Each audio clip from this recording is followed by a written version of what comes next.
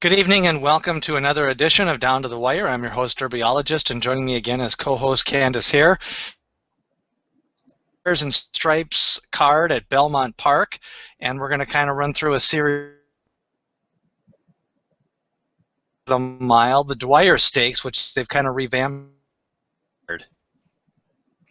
Yeah, it looks like we have a pretty solid field here in the Dwyer, highlighted by Texas Red, our Breeders' Cup Juvenile winner, who comes back now after a long absence following an injury. He is kind of pace dependent, but he looks like he'll get that early speed here in the spot, so I expect him to run a respectable race. Whether a mile is his best trip and whether he can really perform at his best abilities first time off a long layoff remains to be seen. And with those factored in, as well as him being the high weight in here, I'm going to take a stand against him at a short price, though I do expect him to run well. I like Speedster. I thought he's ran, very impressively in his 2 starts to date. There is some other speed in this field, though, with Bridges' Big Lovey, and I wonder if that could potentially hurt his chances here. So ultimately, I landed on Tommy Macho, the Pletcher trainee. Comes in here, has only ran 3 times, but has won 2 of them. Beating the likes of Tiz Shady last time out, who's a type who I think is an honest horse, who I'm a fan of. Gets the slight cut back here now, back down to a mile. I think he gets first jump on Texas Red and perhaps maybe just kind of sits in the right spot to inherit the lead and takes that approach to running away with it. So Tommy Macho, I think, with a horse who will get a decent enough price on here with Texas Red in the field, probably better than you'd expect from a Pletcher trainee here at Belmont, but we'll take it and run with it. So Tommy Macho in the Dwyer. The 3 horses that I kind of gravitated towards right away was Speedster, who's been very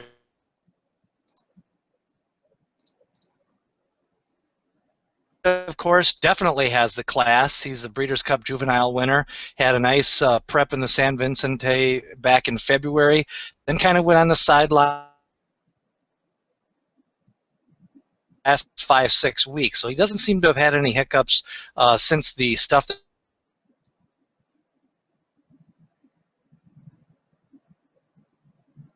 totally cranked for this race. I think the ultimate goal is the Jim Dandy and the Travers.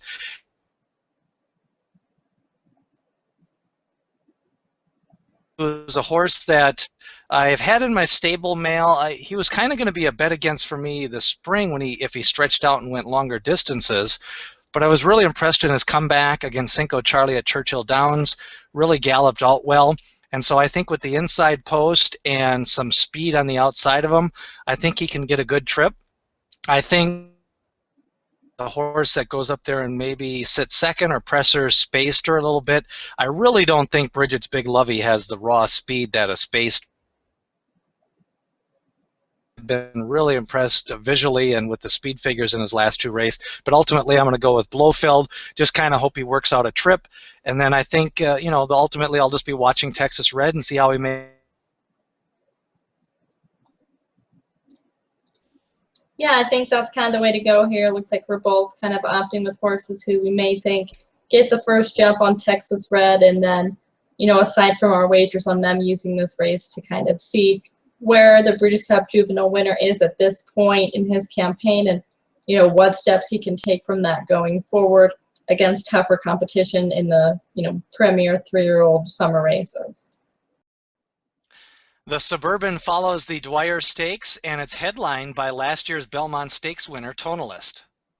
It is. I was a little bit surprised at the poor field we got here. It's pretty much just the New York crew plus Tonalist. And I'm not sure why that is. I guess everybody's just waiting for some of the bigger races, the Whitney and the Jockey Club Gold Cup in the Woodward in the summer. But nevertheless, I do think that there is some potential for betting this race. Obviously, Tonalist will go off very, very, very short in this spot. He comes in here after having ran a very nice second to Honor Code in the Met Mile. I'm going to go against him here, not because I don't think he's the best horse in the race. He certainly is. But I do think that Coach Inge gets left alone as lone speed here in this race. He obviously stays 1.25 miles. He won over 1.5 miles in the Brooklyn last time out. He's not as good as Tonalist, but a quality horse left on the lone lead is always dangerous. And like I said, should get, you know, somewhat of a price with Tonalist in this field. So I'll take a stab at Coach Inge at, you know, seeing that he can stay out front and maintain that lead from gate to wire. Tonalist looms as really the only solid Grade 1 winner in this field. I do think for the exact it could get a little bit interesting. I'm going to go with Effinex. Effinex was favored in the Coach Inge race last time and kind of bolted on the turn. But his two previous wins were very impressive, and one of them earned a really nice speed figure. So I'm going to go exactas, Tonalist on top of Effinex, and then Mylute are going to be my two exactas. Coach Inge is the lone speed, but I'm more worried about Effinex. If he goes back to that when he beat Wicked Strong and some other solid horses, I think he could put a little bit of a scare into Tonalist. The field and solid recent form. They are taking the blinkers off this race. Not sure why. I think the last race they wanted him on to kind of show more speed in the Met Mile, and now he stretches back out. So Tonalist is definitely the class of the field. I'm going with him on top, but I'm going to use Effinex as my exacta horse. Yeah, and it's important that you know that they are taking the blinkers off Tonalist. He is a horse who I really studied in depth last year, and I'm of the belief that without blinkers, his gate speed is gone. So if you expect him to be anywhere other than out the back in this race, I think that you might be stretching, because every race of his where he's been forward, the blinkers have been on. Every race where people are like, oh my gosh, why didn't they push him? Why did they have him out the back? It's all the races where the blinkers were off. So bear in mind, if you're betting Tonalist, expect him to be much further back than he was, you know, in some of these races where he had the blinkers on, because he is a horse who, at least early style-wise in the race, is a very different animal with them on and off. The next two races we're going to take a look at are the two turf races. First, let's take a look at the Belmont Derby and anticipating the East-West showdown between Bolo and Versadero. We are, and I think a lot of people are glad now they've gotten Bolo back on the turf after he ran a couple really nice races on the dirt against the likes of Prospect Park and Dortmund and Firing Line and American Pharaoh and all of that crew. But ran over the turf last time over San Anita, won easy. In fairness, if we're going to be honest, it was a little bit of, you know, a made-up race for Bolo, so it wasn't the strongest race you're going to find. He did go back to his ways of his front-running ways, but he settled well enough, which is what's important for him. He is a horse who in the past has shown a tendency to pull very hard out front, but his last several races he settled nicely out front, which of course is important when you're going 1.25 miles. You have to settle. I think that he obviously is a threat in this race, and especially so because he does have that early speed that a lot of horses in here do not. Darrow, though, I do think is inherently better than him. I do think he's just a better, more talented horse than him. I think he's more suited to this 1.25 mile distance than Bolo is as well. The problem with Darrow in here is that he's going to be a very, very short price, and his running style inherently means that you have to factor in that he needs a little bit of luck in running in his races, which you're not always going to get. And we saw that in the Palm Beach when he was in tight at one point, had to kind of swing out and wasn't able to get to a Campari there. His last race here locally at Belmont was very impressive, close into slow fractions. I thought he had to overcome a lot there to get the win and still was able to do so. I just can't bet him because he's going to be much too short of a price. And like I said, you're always going to need some luck coming from that far back. So if I'm going to take a horse who I expect to be far back, I'd rather take one who I think will be a bigger price, and that's going to be Postulation here. He's a new gelding, comes over here for Juddmonte, full American bred on top. He's out of a Danzilli mare underneath. Danzilli progeny tend to do very, very well in America. They take well to our turf courses, particularly if it's fast ground. He comes in here having won a listed race over 1.25 miles, beating Parish Hall, who's nothing special, but he's a solid measuring stick over this sort of a trip. I just think that Postulation perhaps is a horse who could improve getting over these kind of American conditions as far as getting fast ground, getting a pace to close into, which are things he does not necessarily get overseas. So, and I think he'll be a little bit of a bigger price than Divisadero here, which is why I'll side with him.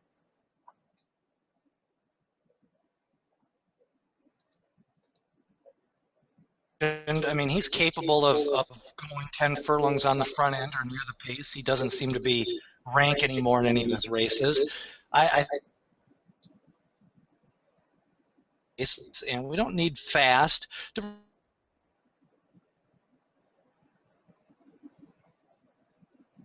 Stream Park. You know, problem is with turf horses, unless you're wise, Dan, you can't win them all just because that's just the nature and the flow of the races. So, you know, his one loss, I'm not going to hold it against him. I thought his last race was impressive. I ended up taking a horse called Startup Nation, and he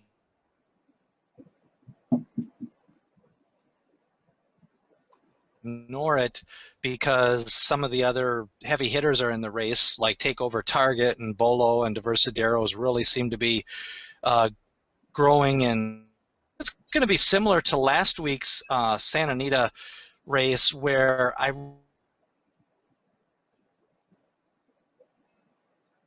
there was nothing that suggested Catch a Flight towered over that field, and I just think Diversideros kind of got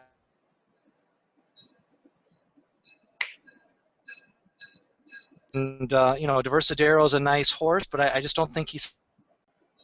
Yeah, I mean, I think you have it spot on with the Catch a Flight reference. I think it's very similar here betting-wise, in that Diversidero is probably your worthy favorite, but the price that he's going to be here is not indicative of the level of dominance or superiority he has over this field, at least at this point in time. Now, he has a little bit more of a later developing pedigree with that Lemon Drop kid underneath, so, or at least Kitten's Joy, yeah, the Lemon Drop kid underneath. So he is one who, you know, maybe we're seeing potential in him and he could, you know, ultimately end up being way better than these. But at this point in time, I think he's the best, but it's a narrow best. Yeah, and Granny's Kitten had a tough race at Penn National, so I wouldn't rule out that horse. That was kind of an interesting trip in that race. Again, you know, really, you know, 3-year-olds at this time are developing and running turf races. Until you've got 4 or 5 turf races, there's still always a little bit of improvement in any horse.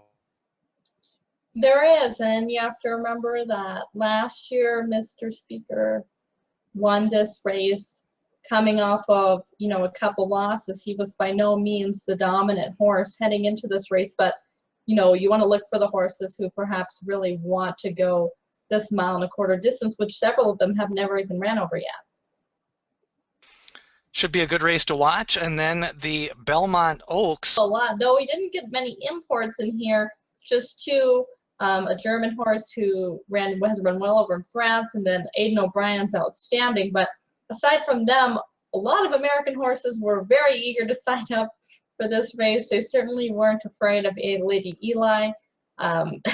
She's done nothing wrong to this point, obviously undefeated in 5 starts. Last time was one, again, who closed into a pretty slow pace. Now, she was not way off the pace. I think people have maybe overdone how far off the pace she was the entire time there, but nevertheless was impressive, and is a horse who hasn't really been pushed to do that much in her races. Miss Temple City, who she beat very well, I thought ran quite credibly over at Royal Ascot in the Coronation, one of the premier races of the year for 3-year-old fillies over there. So certainly her form has been franked by several who she's beaten.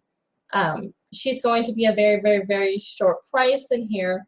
And again, it's kind of the same. She's a deserved favorite in here, but I, to be honest, have been really impressed with Spanish Queen over on the West Coast. Now, it's always risky to kind of take that West Coast turf form and try to bring it east, because typically, you know, the California turf races just kind of aren't up to snuff with some of the East Coast races.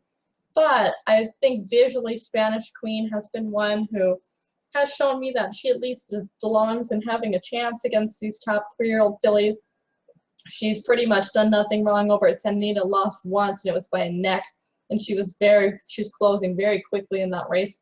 But I thought last time out in particular in the American Oaks, she ran quite nice. She really struggled to settle a little bit in the beginning of the race, and it didn't matter. Won very well over the likes of Feathered and Consumer Credit, who shows up here and did not necessarily get a fast pace to close into. And she's one who I would think, given the post positions and given, the shape of the race, should get first jump on Lady Eli. And so kind of make that first move, make Lady Eli come get her. Whether she can remains to be seen, but I do think Spanish Queen is a formidable opponent and a tougher opponent than Lady Eli has faced in quite some time. Lady Eli, facing a full field of horses here, she doesn't need a fast pace. I mean, she kind of runs her race. I do think they've been a little overconfident the last couple of races. And, she has a turn of foot. And if you really recall, her best turn of foot was at the Breeders' Cup when she kind of made her move going into the turn. So I'm kind of hoping, they've kind of been saving her and saving her. I just hope they don't get overconfident. I mean, there would be nothing wrong with going to the lead with a quarter of a mile to go. She can sprint 3 furlongs. I think they've kind of just, the last 2 races, they've only let her run a quarter of a mile, and that may work against her here if somebody's in her way, because turf races, just by the race flow, tend to be a little bit more bunched. Now, I do think there's about 5 or 6 horses that are going to be really distance challenged in this race. The big German, I mean, we know she can get the distance, whether or not she's got any speed or not, but Olorda is definitely in play, I think, for that superfecta, just because I think Olorda is one of the few horses that can get 10 furlongs.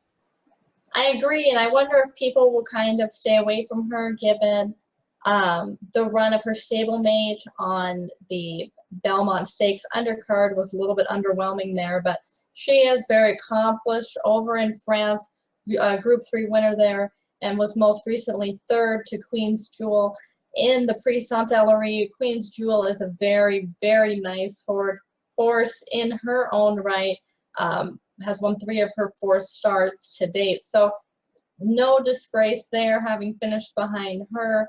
I think for me, perhaps the main concern with Olorda would be that this might be a touch short just because it's going to be over fast ground.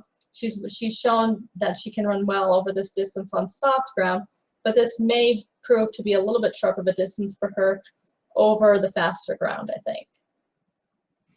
I think of the 4 races, I think Lady Eli is going to probably be the heaviest favorite of the 4. Yes. Texas Red is going to get bet, and he has a very good shot of winning. Probably of the 4, the one I'm most confident in is Tonalist, and I think that exacta could pay $12, $13 if you get it with the right horse, and that's as good as a win horse paying that, and so that's what I'm going to try to do. And I don't know, I think the Lady Eli race, there could be some second guessing after that one. She could win easily, but 13-horse field, and those last 2 races, they really haven't let her out, and even good horses need to really get a solid 3 furlong lick into them, so hopefully they don't leave her with too much to do, because you would hate, at the end of the race, if she loses by just the narrowest of all of the Monday morning jockeys are going to be coming out.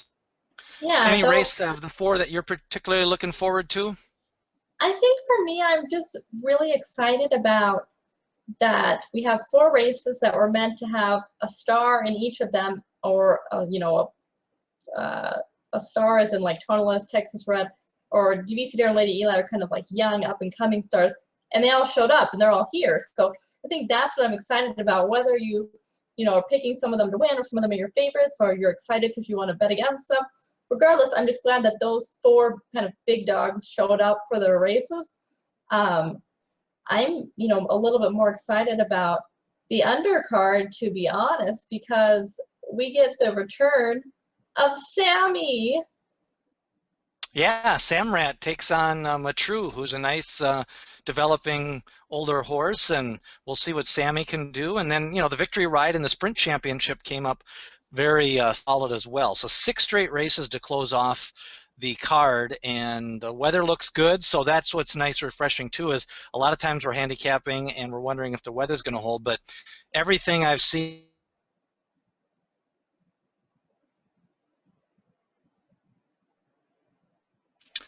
That's going to do it for another edition of Down to the Wire.